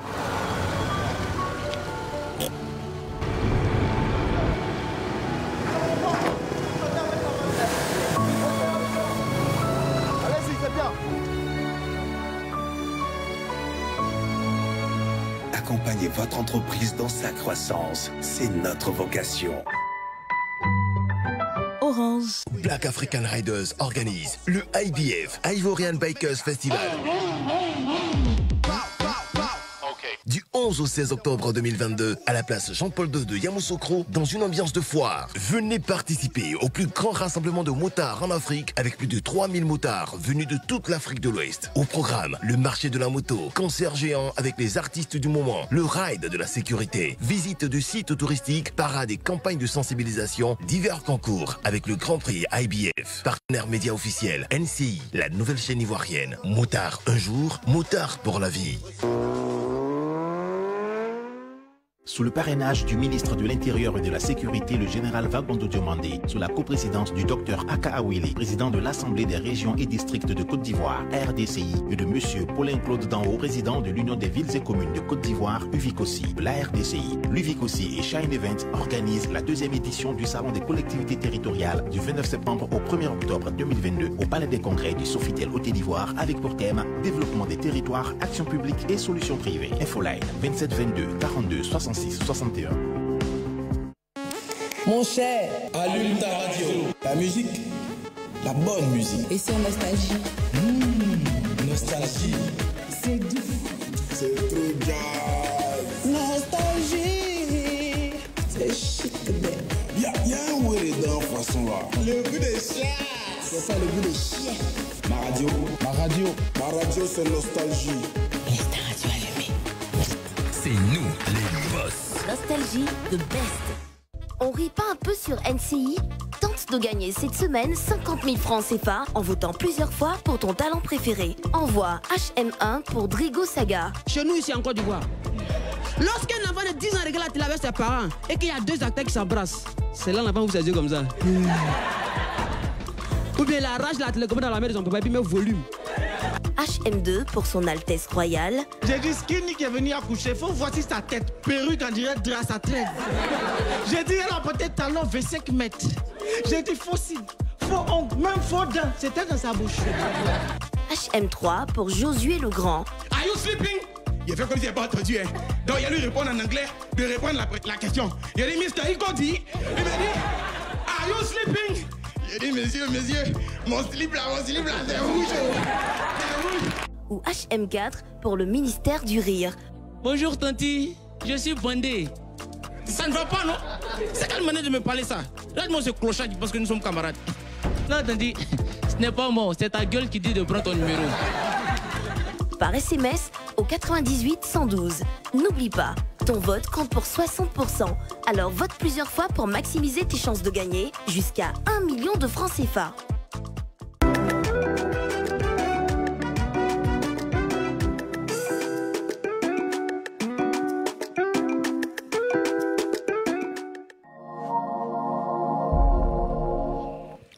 Retour sur le plateau de NCI 360. Dans la première partie de cette émission, nous avons évoqué les sanctions de la CEDEAO issues du sommet extraordinaire de l'organisation sous-régionale ouest-africaine tenu cette semaine à New York en marge du sommet de la 77e Assemblée générale de l'ONU. À présent, nous allons évoquer la crise entre le Mali et la Côte d'Ivoire marquée par la détention de 46 soldats au Mali depuis le 10 juillet dernier. Vous le savez, messieurs, la CEDEAO a donc décidé de l'envoi incessamment d'une mission de haut niveau composée des chefs d'État du Ghana, du Sénégal et du Togo au Mali en vue de la libération des soldats ivoiriens détenus depuis le 10 juillet dernier. On fait le point avec Pierre Dipomelin, on en parle juste après. Une mission de haut niveau composée des chefs d'État du Ghana, du Sénégal et du Togo au Mali en vue de la libération des soldats ivoiriens détenus depuis juillet pour tentative d'atteinte à la sécurité de l'État, alors que ces soldats étaient en contingent de relais dans le cadre de la mission onusienne. Selon Abidjan, la décision de cette mission de médiation a été prise par la CEDEAO à l'occasion d'un sommet extraordinaire de la conférence des chefs d'État et de gouvernement sur la situation en Guinée et au Mali, en marge de la 77e session de l'Assemblée générale des Nations unies. Cette médiation sonne comme celle de la dernière chance pour la junte au pouvoir à Bamako, qui réchigne à libérer les 46 militaires ivoiriens, malgré les appels de toutes parts. La conférence des chefs d'État et de gouvernement a condamné avec fermeté l'incarcération continue des soldats ivoiriens et dénoncé le chantage exercé par les autorités maliennes dans cette affaire, demandant la libération sans condition des 46 soldats détenus au Mali. Le porte-parole de la junte à la tribune de l'ONU s'est livré à une diatribe contre tous, à commencer par la France, la Côte d'Ivoire et la mission des Nations unies au Mali. Les autorités maliennes entendront-elles raison? Difficile de le deviner. Voilà, messieurs, la CEDEAO a décidé de l'envoi d'une mission au Mali, me semble-t-il, la semaine prochaine, pour trouver finalement une solution à cette crise qui dure depuis le 10 juillet. Que vous inspirent les recommandations de la CEDEAO? Je rappelle que l'organisation a condamné avec fermeté l'incarcération continue des soldats ivoiriens, dénonce le chantage exercé par les autorités maliennes dans cette affaire, demande la libération sans condition des 46 soldats détenus au Mali, envoie incessamment d'une mission, je l'ai dit tout à l'heure. Réaction tout de suite, Idrissa? Bon, la dernière fois, je l'avais dit sur ce plateau que le sommet de la CEDEAO allait être très déterminant, mais que rien n'était perdu. Si le Mali a boudé, le médiateur, le Togo, y était et a suivi. Et on s'attendait justement, j'avais insisté sur ça, à un retour du Togo à l'endroit du Mali. Sauf que cette fois, le Togo, il ne vient pas seul. Quelque part, il ne vient pas seul. Pourquoi? Les impacts de cette crise, finalement, deviennent multilatéraux. Le Mali insiste sur la bilatérisation. Mais nous en sommes à un niveau où il devient de plus en plus multilatéral. Pourquoi le Ghana et le Sénégal? Tout d'abord parce que le Ghana a une connaissance totale du dossier. Le président Ambalo vient de prendre la main que très récemment. Le Ghana, par contre, durant un mandat plein, a vraiment eu à faire le tour et le contour de la question malienne. Ensuite, le Sénégal, il est évident, d'une part, il préside l'Union africaine, il va de soi qu'il y soit, mais d'autre part aussi, le Sénégal a quand même un intérêt économique non des moindres.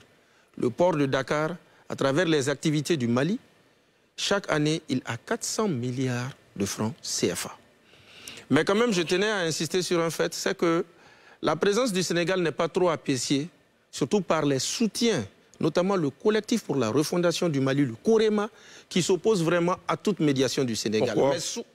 Parce que pour eux, le Sénégal n'a pas été fair play quand il était question des sanctions contre le Mali. Le Ghana non plus. Et eux, ils ne le comprennent pas dans la mesure où, avec ce que le Sénégal gagne à travers les transactions maliennes, telle position. Maintenant, cette délégation, on ne va pas se mentir, c'est la délégation de la dernière chance. Graduellement et rapidement, des soldats sont mis aux arrêts. On vient aux nouvelles, on parle entre deux. Après, on dit non, on appelle le Togo pour parler entre trois. Et finalement, celui qui est censé parler pour calmer la chose, il se retrouve tellement débordé, à un moment même dépassé par les événements, que chacun vient petit à petit en parler. Ce n'est vraiment plus une question à huis clos, ce n'est vraiment plus quelque chose de bilatéral. Malgré la judiciarisation sur laquelle insiste le Mali, que je respecte. Mais, vu que maintenant tout le monde en parle, et que les divergences perdurent, les impacts ont commencé à être visibles. Je cite le seul cas de la culture. L'artiste Mariamba a été zappé ici, n'a pas pu prester. Idem pour le célèbre rappeur Didi B qui a été zappé au Mali.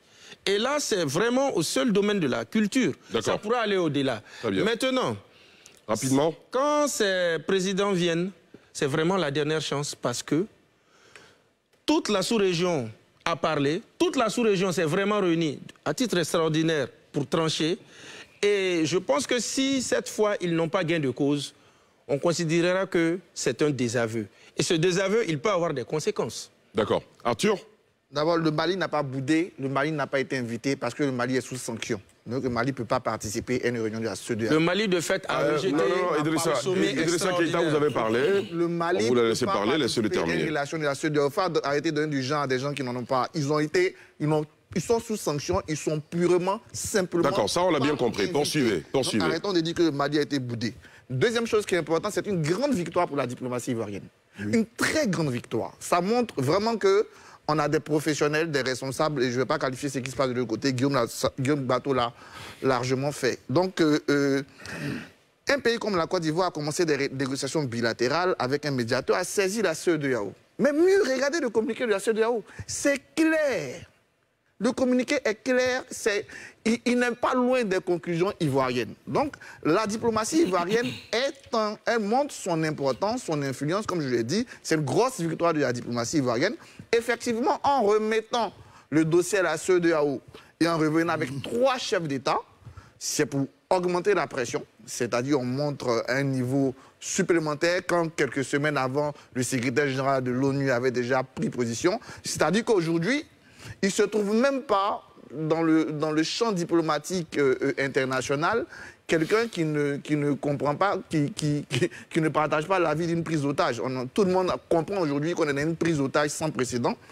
On espère que cette médiation va porter ses fruits, mais de toute façon, comme tout ce qui s'engage, il faut espérer, mais pas nécessairement penser gagner. D'accord.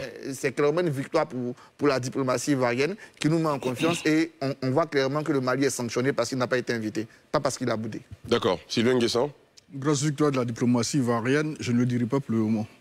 Quand on verra les 46 militaires à Abidjan, je parlerai de grande diplomatie ivoirienne. Pour le moment, elle n'a pas encore produit le résultat escompté. Ceci dit, le Mali a dû faire son SWOT. Ils ont dû évaluer toutes les cartes que la CEDEAO a en main. Écoute, si on ne libère pas les 46 militaires, qu'est-ce qu'on nous fera? Bon, Abidjan va nous fermer son port. Justement, je vais vous poser la question, quelles seront les options de la Côte d'Ivoire au cas où la médiation échoue? Abidjan va nous fermer son port, bon, on ira à Conakry. L'électricité, la Côte d'Ivoire n'en fournirait que 20%. Bon, ils sont habitués depuis 80. Je partais régulièrement en mission à Bamako de 2010 à 2015, où pour se coiffer, même dans un salon de coiffure, tout le monde avait ils sont habitués à ne pas avoir l'électricité, à pas leur cité administrative.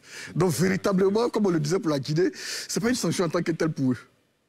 Ensuite, qu'est-ce qu'on fera? L'embargo de la CEDEAO? Bon, peut-être, mais ils ont déjà goûté à cette sauce-là pendant 6 mois.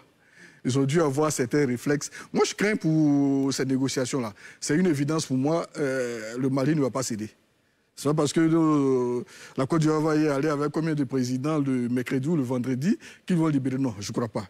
Ils ne vont pas libérer, ils vont attendre les sanctions, voir la capacité de frappe, la force de frappe de la CEDEAO ou de la Côte d'Ivoire, comment cela pourrait atteindre leur colonne vertébrale, leur colonne dorsale, et puis voir maintenant comment ils réagissent par rapport à cela. D'accord. Idrissa a déjà intervenu sur la question. Docteur Eddy Guipier. Oui, bon, moi, ma position, elle est partagée entre les deux personnes qui viennent prendre la parole. Je pense quand même que c'est un bon point à signifier quand même pour la diplomatie ivoirienne, qui a fait d'une question bilatérale une question multilatérale en confiant le dossier à la CEDEAO. La CEDEAO a clairement, dans le dispositif, on va dire, elle endosse, on va dire, toutes les revendications de la Côte d'Ivoire. Elle endosse toutes les revendications de la Côte d'Ivoire. Le médiateur togolais qui avait, on va dire, des accointances avec le régime de Bamako, on ne va pas dire est désavoué, mais on lui a adjoint 2 spécialistes, 2 experts, l'ancien président en exercice de la CEDEAO et le président du Sénégal pour renforcer sa position. Mais moi, je m'étonne quand même, on va dire, de la position assez maximaliste de la junte, qui a déjà révélé ses intentions en voulant faire un marchandage, ou du moins un échange, au demeurant odieux entre des politiques, on va dire, exilés en Côte d'Ivoire et des militaires qui seraient accusés des pires accusations, à savoir atteinte à la sécurité de l'État et qualifiés improprement de mercenaires. Au demeurant aussi, je ne veux pas croire au mot médiation de la dernière chance. Tout peut prendre des formes tout à fait différentes. Vous avez vu que lorsque le Mali, en début de cette crise, c'est une crise qui n'en finit pas, hein, je l'avais dit tout à l'heure, parce que dans une crise, c'est un peu comme quand vous avez un enfant qui a la fièvre, il a la fièvre, ça se passe bien, après il était à 38, le soir il passe à 40, il y a des pics et il y a des voies où cela s'abaisse. Il y a la verticalité de la diplomatie régalienne et républicaine, et il y a aussi l'horizontalité des diplomaties parallèles. On a vu des chefs traditionnels et religieux qui sont levés de la Côte d'Ivoire pour aller essayer de plaider auprès de la cause des soldats ivoiriens auprès des autorités de Bamako. Alors je me demande pourquoi est-ce que ça n'a pas fait fléchir, parce que souvent outre les cadres républicains et régaliens, on se retrouve entre Africains pour se parler. Et on convoque, on va dire, la parenté à plaisanterie, etc., pour se parler. Pourquoi est-ce que ça ne joue pas un rôle jusqu'à présent? Bon, la question reste posée, mais je ne pense pas, on va dire, à une médiation de la dernière chance. Ça peut prendre d'autres formes et les soldats peuvent être libérés. D'accord. André Silver, avant de vous donner la parole, on a Abdoulaye Fofana qui nous appelle de Logoualé, de l'intérieur de la Côte d'Ivoire. Lui, il ne croit pas en cette médiation. Monsieur Fofana, bonsoir.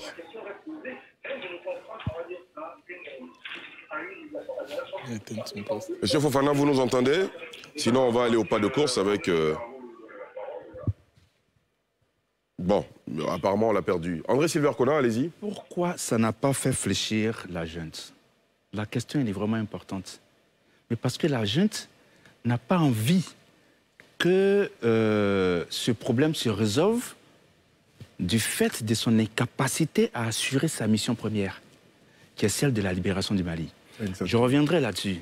Vous voyez, à la tribune de l'ONU... Pour vous, il s'agit de détourner l'attention? Entre autres, je prends le dernier, moi je me base toujours sur les faits avant d'exprimer une opinion. Je prends le dernier communiqué bilan de la transition militaire sur le plan militaire. Mais regardez ce communiqué.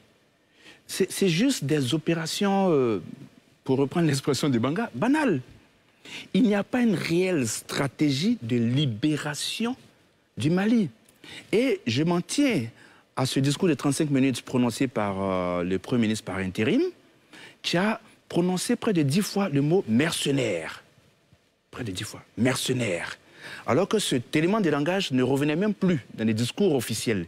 Il est revenu dessus, mercenaire. Alors que la justice malienne elle-même n'a pas retenu le mercenariat. Vous voyez? Et je reviens à ce qu'il avait dit. Il dit que c'est une affaire judiciaire. Je suis d'accord. Sauf que la libération des 3 soldats pour cause humanitaire, ce n'était pas judiciaire. Voilà. Pour cause humanitaire du colonel Assimi Goïta, ça n'était pas du tout judiciaire. C'était politique. Et jusque-là, le communiqué du procureur spécial, je rappelle toujours cela, n'a jamais parlé de mercenariat. Donc, pour moi, vraiment, c'est derrière nous, c'est une affaire politique. La deuxième chose, c'est que le colonel Assimi Goïta, qui a parlé de contrepartie, ça n'est pas judiciaire, c'est politique. Mais je parle sous le couvert de certains milieux informés au Mali. Ils savent très bien que nombreux sont ceux pour lesquels ils demandent les extraditions, ne sont même plus en Côte d'Ivoire. Je crois, Ibrahim Keïta, comment il s'appelle? Karim Keïta. Il n'est même pas en Côte d'Ivoire. Vous voyez, et donc, ils le savent. Le dossier des soldats ivoiriens, qui est devenu quand vous prenez le discours du Premier ministre par intérim à la tribune de l'ONU, des Nations Unies, le tiers du temps a été consacré à cela. Donc, c'est devenu une affaire malienne. C'est-à-dire que c'est devenu un problème malien, alors que ça ne devrait même pas. Mais enfin, pour la libération de ces 46 soldats, on va créer toute cette tension. Je veux dire, des soldats pour lesquels il est certain aujourd'hui qu'ils ne sont pas des mercenaires. La semaine dernière, certains disaient, mais pourquoi l'ONU a mis tout ce temps? Mais voyez-vous, le secrétaire général de l'ONU a parlé, mais on remet encore en cause. On revient encore sur les thèmes des mercenaires. Donc, le problème n'était pas que l'ONU parle ou non.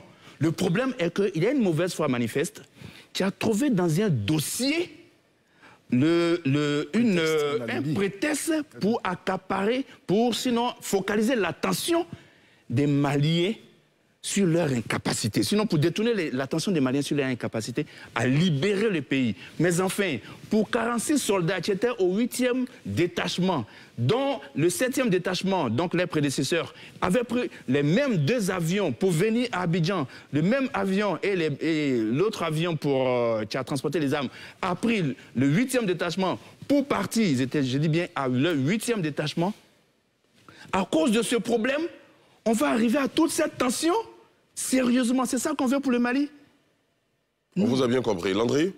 Merci bien, Ali. Alors, il y a quelques semaines, je faisais une démonstration partant de plusieurs hypothèses que se construisait la junte malienne, puisque, bon, la junte, le gouvernement malien, si ça peut le contenter, encore qu'il y ait d'autres de juntes, dans lequel il se projetait. Et il cherchait le moyen de trouver une scène internationale à l'effet de pouvoir se répandre. Ils ont eu leur scène internationale. Bon, c'est vrai que la salle était pratiquement vide, mais au moins il y a eu des relais sur certains réseaux sociaux. Alors, est-ce qu'il s'agit d'une médiation de la dernière chance? Non, lisez bien le discours du monsieur. Il y a ce qui est dit et puis il y a ce qui n'est pas dit. Il y a ce qui est dit, n'est pas dit. C'est vrai qu'il a tensé certaines personnes, mais la CEDEAO a été présentée comme étant une institution honorable. N'est-ce pas, digne, et que, par exemple, son président actuel ne méritait pas de pouvoir la siéger. C'est normal, ils espéraient être là, et que la siège soit donnée à l'autre, c'est normal qu'il se venge en agissant ici. Donc, lorsque il présente la CEDEAO sous cette forme-là, lorsqu'il se garde, alors qu'il traite ces 46 soldats de mercenaires, et que celui qui est censé avoir commandité cette opération de mercenariat n'est pas attaquée devant les instances internationales, alors que le droit international le prévoit, c'est qu'on se donne les moyens de continuer malgré tout la négociation. Sinon, on aurait pu poursuivre la Côte d'Ivoire, puisque ces soldats viennent de Côte d'Ivoire, ils ne se sont pas armés par eux-mêmes. Ils ne se sont pas dotés d'armes par eux-mêmes, ils viennent de la Côte d'Ivoire. Donc, par voie de conséquence, ils auraient pu poursuivre judiciairement la Côte d'Ivoire pour avoir aidé ou prêté de base arrière à ces mercenaires. Mais on se garde de le faire parce que d'un point de vue diplomatique, le Mali n'a pas rejeté cette option, bien au contraire.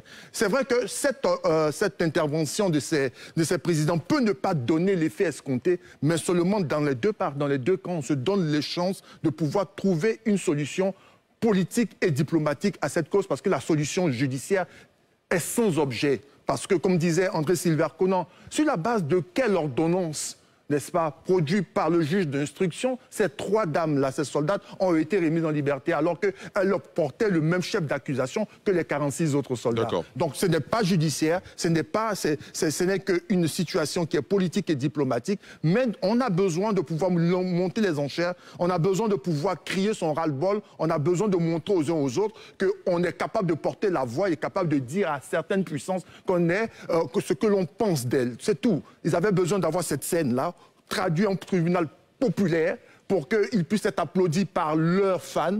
Ils ont eu les applaudissements. Mais la Côte d'Ivoire, et là je vais terminer avec cela, il faut pouvoir saluer le sens de la responsabilité de nos autorités politiques. Regardez le silence gardé la posture, regardez la démarche, je ne parle même pas de l'action diplomatique qui s'est déroulée sur 2 semaines, mais la réaction de nos autorités montre que nous avons une ligne et nous avons donc une certaine notoriété à préserver par rapport au pays que nous représentons. Et ce qu'ils font est vraiment important parce que ça ne fait pas monter, ça ne facilite pas l'escalade en termes de violence verbale. Bien au contraire, ça montre qu'on est en face, on doit être fiers de nos autorités qui restent concentrées sur l'essentiel. L'essentiel, c'est de pouvoir sortir nos 46 soldats de cette étreinte-là. Et surtout, un intérêt encore plus grand, c'est de veiller à ce que nos 2 peuples continuent de pouvoir cohabiter dans la fraternité et que les échanges économiques, politiques et humains soient au beau fixe entre le Mali et la Côte d'Ivoire. On vous a bien compris. À l'actif des autorités ivoiriennes. C'est entendu. Alors, Christophe, lui, nous appelle de Paris. Il estime, lui, en tout cas, il est optimiste, hein, il estime que cette médiation de la dernière chance, comme on l'appelle, va aboutir à une issue favorable. Christophe, bonsoir. Oui, bonsoir, monsieur Darasouba. Allez-y, on vous écoute. Oui, je tenais à saluer tous tes invités sur le plateau, et en particulier la NCI. Allez-y avec votre développement, allez-y. Je l'ai dit tout à l'heure, j'ai dit, j'espère que c'est la dernière cartouche, on peut le dire comme ça, sur le plan diplomatique. Et j'espère que cette médiation, ce groupe de 3 chefs d'État pourront quand même aboutir à une issue favorable à la crise. Et en plus de cela, j'ai une question à poser à notre frère, M. Keïta, je ne sais pas si je me souviens. Oui, c'est ça, allez-y, posez votre question. Oui, alors, M. Keïta, avec toutes ces personnes qui sont allées au Mali pour essayer d'intervenir, pour trouver une issue à cette crise, mais je pense avec le nombre de délégations qui sont parties, et Assimi n'a pas réagi favorablement. Alors, si jamais il arrivait que l'un des soldats ivoiriens perdait sa vie dans cette situation, quelle sera la réaction du Mali vis-à-vis de la Côte d'Ivoire? Je vous pose cette question en conséquence des causes, parce que moi, qui suis au téléphone, j'ai mon jeune frère qui est dans ce contingent de 46 soldats. Alors là où je suis en train de vous parler, j'ai du mal à m'endormir, à m'avoir pour le sentir. Je suis désolé, peut-être que ici ma voix tremble ainsi, et je ne suis pas dans moi-même, M. Diarra-Souba. D'accord. Donc ma question, je voulais franchement avoir une réponse de la part de notre frère Keïta. D'accord, c'est entendu. Allez, merci beaucoup. Je rappelle que Idrissa Keïta ne représente pas évidemment les autorités de transition, mais il pourrait peut-être commenter, donner un avis là-dessus. La seule chose que je peux dire, s'il y a des incidences, elles seront appréciées par l'État de Côte d'Ivoire et la réciprocité pourrait être une alternative. D'accord. Monsieur, à l'avant-dernière journée le temps court, on est obligé d'aller au pas de course. Au monsieur qui nous a appelé, on partage sa douleur et qu'il garde confiance. Et comme on est tous africains, nos dieux, et Dieu fera en sorte que rien n'arrive à son frère et à ses 46. Et vivement. Vraiment de cela. Vivement. Bon courage à vous, monsieur. Merci beaucoup. Monsieur, on a vu le Premier ministre par intérim du Mali à la tribune de la 77e Assemblée générale de l'ONU, j'ai envie de dire crachant du feu contre la France, contre la CEDEAO, contre la Côte d'Ivoire, le Niger. Il a ouvert plusieurs fronts en même temps.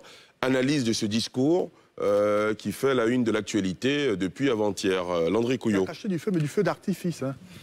Bon, c'est pour amuser, vous savez. Je vous dis, il y a ce qui est écrit et puis il y a ce qui n'a pas été écrit. Et il faut lire ce qui n'a pas été écrit. Ils avaient besoin de réagir à l'offensive diplomatique d'Abidjan. Ils ont eu leur tribune, ils ont parlé. Certains se sont érigés en officiers d'état civil pour pouvoir déterminer la nationalité de X et de Y. Ils ont pu juger de la légitimité du pouvoir de X et Y, traiter d'autres gouvernements de junte. Mais le plus important à retenir pour moi en tant qu'Ivoirien, c'est plutôt le propos du président Ouattara qui était un propos qui était raisonné, raisonnable, soigneux, et qui manifestait bien sûr de la haute responsabilité qu'un chef d'État en fonction devrait avoir vis-à-vis de lui-même, vis-à-vis de son peuple et vis-à-vis d'un pays avec lequel on a une certaine crise. C'est ce qu'il faut pouvoir retenir, pas ça.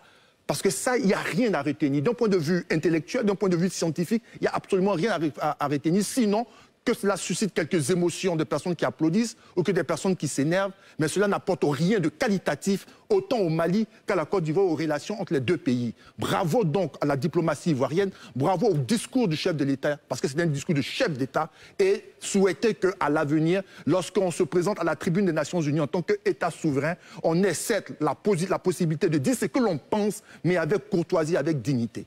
Monsieur, il a affirmé surtout détenir, le Mali détiendrait des preuves de ce que la France soutenait les terroristes. Alors pourquoi finalement le Mali ne publie pas ces preuves, Idrissa Keïta? Tout d'abord, si ces preuves existent.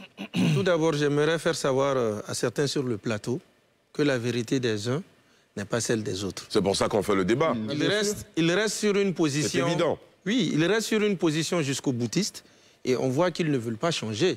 Quelque part, même ce discours est quelque part un signe annonciateur des couleurs.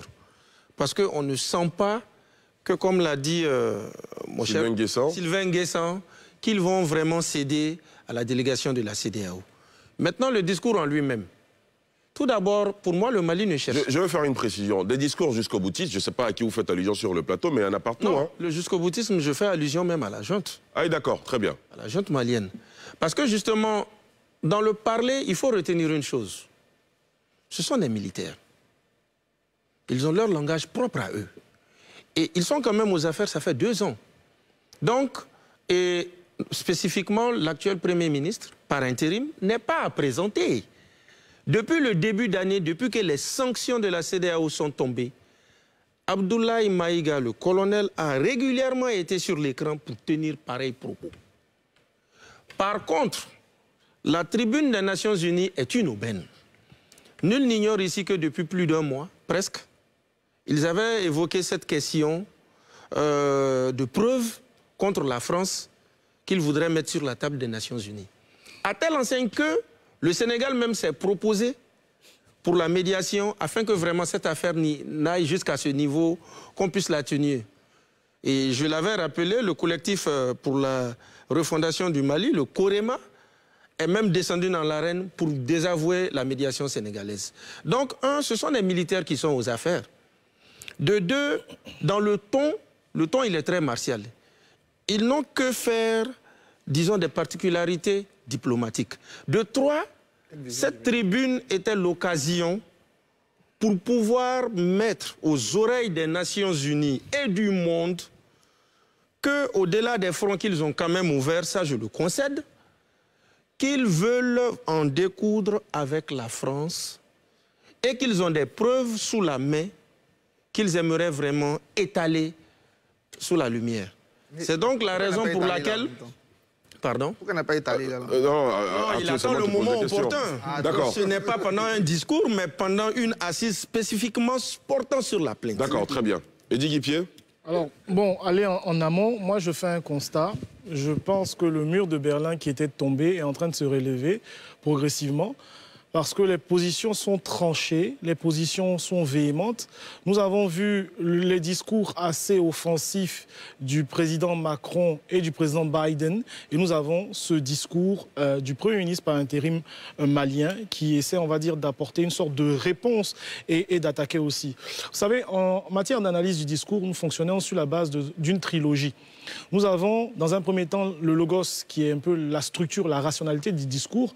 Nous avons l'éthos, comment est-ce que le locuteur lui-même se perçoit. Et nous avons le pathos, qui joue, on va dire, sur le registre de l'émotion quant à la cible.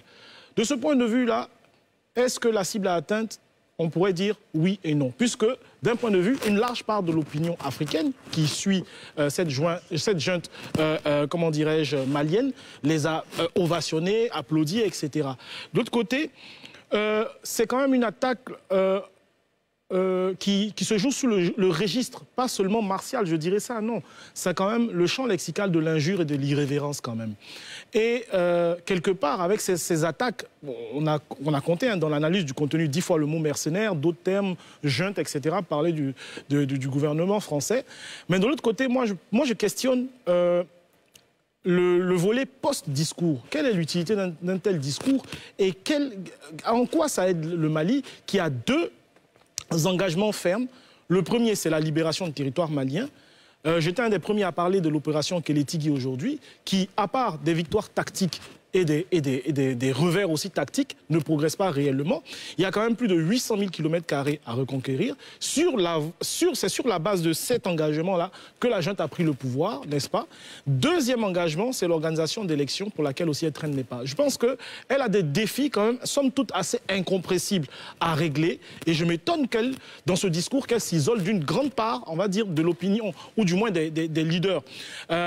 Même lorsqu'on questionne, ou du moins on évoque les les chefs d'État qui sont attaqués dans ce discours, indexés dans ce discours, vous avez 3 chefs d'État qui sont les voisins du Mali.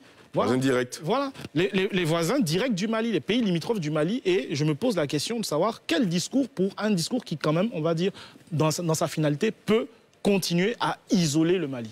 André? Je fais remarquer, on ne fait pas beaucoup attention, mais les colonels au pouvoir aujourd'hui à Bamako étaient les capitaines, les lieutenants quand le Mali était attaqué. C'était les officiers qui étaient chargés de porter les troupes qui ont échoué à mater les terroristes il y a 10 ans. Ce sont eux qui sont au pouvoir aujourd'hui. Souvent, on l'oublie. Ça, c'est la remarque que je voulais faire.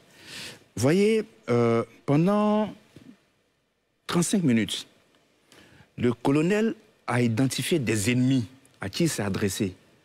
Nulle part, on a entendu le nom d'un chef terroriste. Okay. Les terroristes qui sont les ennemis premiers du Mali. Nulle part. Pendant ces 35 minutes, il s'est attaqué à Ouattara, à Sissoko, à Bazoum, à Macron. La tribune était vraiment le lieu le plus important pour moi pour poser le problème principal du Mali, qui est celui de la lutte contre le terrorisme. Il n'a pas fait. Il en a parlé juste comme cela et il a consacré le reste de son discours à s'attaquer aux gens. Souvent, les gens disent, mais pourquoi il n'y a pas une forte coalition pour venir au Mali comme les gens le font en Ukraine? Je vous ramène à ce discours qui a manqué de leadership sur la question de la mobilisation de la communauté internationale pour le Mali. Donc, vous voyez, on est vraiment... c'est vrai que quelqu'un a dit ici qu'il était intervenu dans un discours, dans une salle à moitié vide, presque totalement vide, mais le président Alassane Ouattara aussi, hein, ce n'était pas vraiment... c'était pas plein. Donc, pour vous dire que ce n'est pas aussi important, c'est-à-dire que le problème du Mali et de la Côte d'Ivoire ne sont pas aussi importants pour la communauté internationale. Qu'on le veuille ou non, en atteste les personnes qui étaient dans les salles lorsque le président Alassane Ouattara intervenait et lorsque le Premier ministre par intérim du Mali intervenait. J'aimerais dire quelque chose sur son discours, le contenu de son discours. C'est vrai que la forme n'y était pas du tout. Moi, je ne leur accorde pas l'excuse du militaire parce qu'il a bien eu conscience de la tribune qu'il a troqué son treillis pour se présenter en civil. Et donc, il avait bien conscience de ce que la tribune était importante. Non, il savait exactement ce qu'il faisait. Par contre, il a dit quelque chose qui pour moi est important et j'adhère totalement, c'est justement le problème des 3e mandats. J'adhère totalement à ce qu'il a dit. Moi, je suis foncièrement contre la modification des constitutions pour s'éterniser au pouvoir. Je suis contre les 3e mandats. Je l'ai toujours dit, j'ai une position constante là-dessus. Donc, je suis contre les coups d'État constitutionnels, je suis contre les coups d'État militaires et je suis contre les coups d'État rebelles. Je l'ai dit à maintes reprises. Il a dit aussi quelque chose qui est intéressant, c'est qu'il a évoqué le Sahel. Mais c'est une contradiction. Parce que le Mali, je l'ai dit sous le couvert de Idriss, est sorti du G5 Sahel. Je l'ai dit sous son couvert. Mais ça n'a aucun sens que d'aujourd'hui brandir la sécurité du Sahel pendant qu'on sort d'un instrument qui permettait justement de lutter contre le terrorisme dans le G5 Sahel. Je fais remarquer qu'il y a un élément de langage qui revient constamment. C'est que la crise libyenne a favorisé justement la crise au Mali. de nombreux Ivoiriens, nombreux parmi vos téléspectateurs ne savent pas qu'en réalité, la Libye n'est pas un pays frontalier du Mali. D'accord, très bien. Docteur Sylvain Nguessan. Ok. Moi, j'allais répondre sur la dernière phrase de Guy Pied. Évidemment, qu'est-ce qui a changé dans la vie du Malien depuis que le Premier ministre du Mali a tenu son discours? Rien. André Sylvain disait tout à l'heure qu'il apprécie son intervention sur le 3e mandat. Pour moi, c'est de la distraction. Il n'a pas fait son coup d'État au Mali à cause d'une question de 3e mandat. Qu'il articule son discours sur ce qui l'a motivé pour faire son coup d'État au Mali, à savoir la reconquête territoriale du Mali. Parlons-en. Les Maliens font comme si, ou alors ceux qui traitent la question du Mali, font comme s'ils ont oublié qu'il y avait une question interne au Mali qui date d'avant les indépendances, depuis le 14e siècle au moins, sur le couvert de l'historien qui est à côté de moi. 13e. Tu connais plus mon nom. Le 13e, hein? Tu connais plus mon nom. S'il vous plaît. Donc depuis le 13e siècle. Et il n'y a que 2 ans avant les indépendances, au moins la partie nord du Mali a écrit à la puissance colonisatrice pour dire qu'elle ne voulait pas faire partie du Mali. La puissance colonisatrice n'a pas accédé à leur demande. Déjà en 63, 64, il y a eu une rébellion Touareg. En 78, il y a eu des soubresauts. En 90, 94, il y a eu encore une rébellion Touareg. Kadhafi va ouvrir les vannes de Tripoli à sa légion islamique pour permettre 800 éléments de cette rébellion-là d'intégrer, 800 éléments d'intégrer la légion islamique de l'armée de Guide Kadhafi. L'armée de Kadhafi, excusez-moi, c'est une puissance militaire. Ce sont des gens qui ont été très bien formés, qui ont eu accès à des armes modernes, ce n'est pas des armes de la Première Guerre mondiale. Et encore ouvrir les vannes pour que plus de 190 000 Touaregs, à la chute de Kadhafi, en 2011, ceux qui ont évalué le nombre de Touaregs qui sont revenus au Mali et au Niger, les évaluent à 200 000 personnes qui interviennent. Je cite Grégoire Mathias, qui a écrit un ouvrage, La guerre française contre le terrorisme islamiste en 2015. C'est lui qui a parlé de cela. 200 000 Touaregs qui rentrent. Donc, quand ils rentrent au Mali, au Niger, il y a un basculement démographique qui a des incidences politiques. Ils ont quitté le Mali parce qu'on leur a offert une lucarne, une aubaine, une occasion, un contexte pour améliorer leurs conditions de vie. Ils reviennent, ils tiennent toujours à leur autonomie, à l'autonomie de leur espace. Quelle est la solution que propose le pouvoir de Bamako? Il faut y réfléchir. Et c'est ceux-là qui voulaient la conquête de leur pouvoir. Malheureusement, il y a eu la tendance islamiste qui descendait sur Bamako quand Bamako a fait appel à la France pour venir secourir le Mali. Mais le Premier ministre fait comme s'il a oublié toute cette question. Il n'y a pas de crise à l'interne. Il ouvre tous les fronts et il oublie l'essentiel. 20 000 soldats, 20 000 soldats maliens. Je ne parle pas de forces spéciales américaines, françaises ou autres. 20 000 soldats maliens ne peuvent pas sécuriser 1 200 000 km². C'est impossible. Il avait une occasion là de demander l'aide pour aller à la reconquête de son territoire, il ne l'a pas fait. Il a préféré distraire les gens pour ne pas qu'on parle de son bilan à la tête de l'État malien depuis 2 ans. Encore une fois de plus, c'est de la déception. Arthur? Tout a été dit, mais je vais quand même rappeler que la tribune de l'ONU, Maïga l'a vraiment utilisé au sens tribune, quoi, pour venir plaider. Et c'est pas on a vu Yasser Arafat venir avec une arme, on a vu Chavez parler de Satan face aux États-Unis, on a eu Sankara, on a eu donc Fidel Castro sur 4 heures. Voilà. Donc il y a eu des moments comme ça. Voilà. Donc le choix a été fait. N'oublions pas, on le dit tous, c'est un régime populiste qui recherche des adversaires face à son incapacité matérielle. Et même la France qui est partie, il faut toujours remettre la France au centre du débat parce que ça a mobilisé certaines personnes de savoir qu'on est toujours en guerre contre la France alors qu'on a obtenu de la France que Bacan Pat. Mais il faut toujours avoir la France. Et après la France, on va qui? Son meilleur allié, la Côte d'Ivoire. Donc on a les 46 soldats, il faut mobiliser. Le pauvre Bazoum, qui d'après Si Ousmane était l'un des négociateurs, Ousmane Si, ancien ministre, qui a fait un tweet pour dire que Bazoum était l'un des négociateurs qui imposait le respect de l'intégrité. Il a eu son état civil qui a été fait par Maïga. Mais dans tout ça, il a eu quand même, il faut bien le concéder, André, aux gens, il a quand même touché un problème essentiel de la jeunesse africaine, même si ce n'était pas son rôle, le premier et le troisième mandat, c'est un problème qui touche aujourd'hui à l'Afrique, même si je ne suis pas d'accord avec l'expression coup d'État constitutionnel. Maïga a saisi sa tribune dans du populisme qu'il a l'habitude de faire et de façon la plus inutile, parce que le plus important pour les Maliens, on est bien d'accord, c'est d'abord organiser des élections pour permettre à un régime légitime, légal de prendre les décisions du Mali et de faire en sorte de libérer les territoires. Là, on ne les voit pas trop et même l'annonceur de Kélétigui reconnaît aujourd'hui que Kélétigui n'a apporté aucune victoire stratégique. D'accord, merci messieurs. Nous allons passer au carton de la semaine, ce sera juste après ceci. Premier carton. André Silver-Conan, vos cartons. Carton rouge. Thomas Sankara a dit, même quand on a raison, ce n'est jamais bon d'être seul.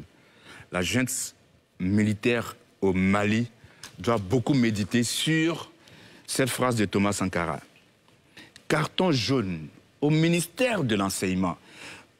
Les verbatims... Enseignement technique, enseignement supérieur. Enseignement supérieur. Les verbatims concernant les trois personnes, les trois candidats qui ont été recalés, repêchés, je ne sais pas comment dire, ne me convainc pas du tout. J'estime que le ministre fait des efforts et doit être très vigilant par rapport à ses services et éviter ce genre d'erreur, surtout qu'il s'agissait de 25 candidats. Carton vert, toujours dans les mêmes cadres, au ministre de la Défense, parce que j'ai vu, pour une fois, la liste complète des admis au concours à l'école à l'EMPT. Il y a quelques années en arrière, c'était très difficile d'avoir cette liste si on n'était pas un parent de candidats. D'accord. Je crois que la transparence a été aujourd'hui, j'ai été très content de voir une liste représentant la Côte d'Ivoire et représentant la compétence. Très bien. Docteur Eddy Guipier, un seul carton apparemment. Oui, un seul carton vert divisé en deux. Premier carton vert pour l'enseignement militaire supérieur en Côte d'Ivoire, représenté par deux institutions qui sont le CSD, l'école de guerre et l'Académie des forces armées, qui, on va dire, reçoivent des promotions. Ce sont des institutions où on forme internationalement et africainement en particulier des officiers supérieurs et qui, pour connaître la guerre et mieux l'anticiper.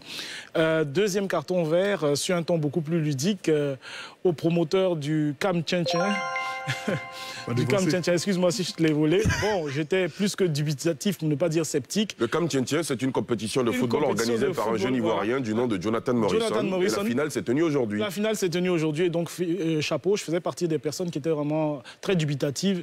Je n'ai pas dit que je suis conquis, mais bon, quand même, je pense qu'il a assuré, il a assumé. C'est un mélange, on va dire, de comités tels qu'on les connaît et de variétoscope, et c'est plutôt réussi. Ça plaît au jeune public et ça a attiré pas mal de monde. Voilà, absolument. Carton vert. Idrissa Keïta, vos cartons? Tout d'abord, un carton vert. À qui? 2 points. Tout d'abord à M. Daouda Daou, ce taximan qui m'a conduit ici, qui, quand il m'a vu, m'a reconnu et a dit qu'il est un fan de cette émission. D'accord. Et a insisté à ce qu'on puisse vous transmettre ses salutations. Il va recevoir un carton vert aussi de ma part. Hein. Terminé? La deuxième chose, c'est un carton vert à la NCI. Parce qu'à peine rentré, la consoeur Tia, l'animateur Brice Guébier et Guy Gré et, comment dirais-je, Juste Crépin Dongo intègrent les rangs du groupe. Ça, c'est ce qui est des cartons verts. D'accord. Rapidement? Pour ce qui est du rouge, je l'attribue à M. Banga. D'accord. C'est la première fois qu'on a un carton direct sur le plateau. Allez-y, dites-nous pourquoi. Parce qu'il nous a sérieusement secoué. Et j'espère que prochainement, on aura vraiment le temps de s'écouter, sans vraiment vous donner des cheveux blancs. D'accord, c'est à moi que ça fait plaisir, ça. Le second carton rouge, je l'envoie au Premier ministre de la Guinée. Lors de sa réaction par rapport aux sanctions en vue de la CEDEAO, il a traité le président général Ambalo de guignol, de crieur public et de mots que je ne souhaite même pas dire sur ce plateau. Maïga doit bien rouge? Non, celui de la Guinée. Maïga a fait un discours qui a été décrypté ici. Plus la peine d'en revenir. Mais par contre, le Premier ministre, Dr Bernard Goumou, a tenu des propos qu'un intellectuel de haut rang, et même de façon simple, des propos insultants ne doivent pas être tenus. Surtout qu'il s'agit d'un chef d'État élu et encore désigné par toute une sous-région pour porter la voix de l'Afrique de l'Est. Très bien. Landry? Alors, merci. Moi, j'ai un carton vert à la diplomatie ivoirienne. J'ai apprécié. On aurait cru que celle-ci serait moribonde, incapable de réaction, mais on est passé à un niveau supérieur. Et ce, avec tact, avec finesse, avec élégance et surtout avec dignité. Ce carton vert est aussi adressé à la réaction face à ce discours injurieux, inélégant, et qui est une réaction de dignité, dans le silence, dans le respect, parce qu'on a des autorités qui ne se laissent pas distraire par l'attitude populiste, mais qui portent et qui attachent du prix à l'objectif qui est celui de pouvoir obtenir obtenir la libération de nos 46 concitoyens et protéger, bien sûr, les relations d'amitié et de fraternité entre deux peuples, que sont le peuple ivoirien et le peuple malien. On est obligé d'aller rapidement, hein? Oui, le dernier carton. Oui, le dernier, rapidement. Je ne peux que l'adresser à Jonathan Morrison. Hein. Très bien. Jamais douté. Jamais douté, et heureusement, il est allé jusqu'au bout. C'est la preuve que nous avons une jeunesse qui n'a pas forcément besoin d'être adoubée par X et Y pour atteindre ses objectifs. D'accord. On me fait dire que finalement, la finale du de la CAM Tchien a été remportée par Adjamé, par l'équipe d'Adjamé qui l'a remportée sur un score de 1-0. Félicitations aux gens d'Adjamé. Arthur, rapidement, très rapidement, on n'a plus qu'une minute. À la gendarmerie nationale de Côte d'Ivoire, qui a passé une semaine à réfléchir sur l'intégration des femmes et à se positionner comme une institution qui veut porter l'intégration des femmes et dans la gendarmerie et dans la société ivoirienne. Donc bravo au général Apallo Touré et à ses équipes pour ce magnifique séminaire. Deuxième carton vert à Fofana Sekou pour son retour en sélection et de très belle manière. Et ça montre le leadership et le management du président Yassine Idriss Diallo et de son coach. Carton vert à moi-même pour le piment que j'apporte à ce débat, même si certains voulaient des successions de monologues. Un débat, il y a des pics. Et donc Arthur, on vous a compris. Voilà. On vous a compris. Oui, docteur Sylvain Nguessan, terminé. Carton vert à Jonathan Morrison aussi. Oui. Et deuxième carton vert au programme social du gouvernement qui rentre dans sa deuxième... Le PSGOUF. Oui, avec les 6 régions qui sont sillonnées par le coordonnateur, je crois, il y a... Enfin, je ne vais pas écorcher son nom, donc par le responsable du PSGOUF et aussi par le monitoring qui est fait par la primature pour que les 3 milliards qui ont été dégagés puissent vraiment atteindre le vraiment carton vert à ce programme-là. D'accord. Merci beaucoup à vous. Carton vert à tous nos débatteurs. J'ai failli mettre un jaune à Arthur Banga, mais bon, il a déjà écopé d'un rouge. De la part d'Idrissa Keïta, je ne veux pas en rajouter. Vous m'avez rendu la tâche très difficile ce soir, il faut l'avouer. Carton vert à tous nos téléspectateurs, surtout les internautes qui nous ont suivis. Ils étaient près de 8000 à nous suivre ce soir sur la page Facebook de l'émission. Merci à vous. Rendez-vous dimanche prochain avec Evelyne Débat pour un autre numéro de NCI 360. Moi, je vous retrouve dans la moitié du mois d'octobre. Merci de nous avoir suivis. Je vous souhaite de passer une excellente soirée sur la nouvelle chaîne ivoirienne.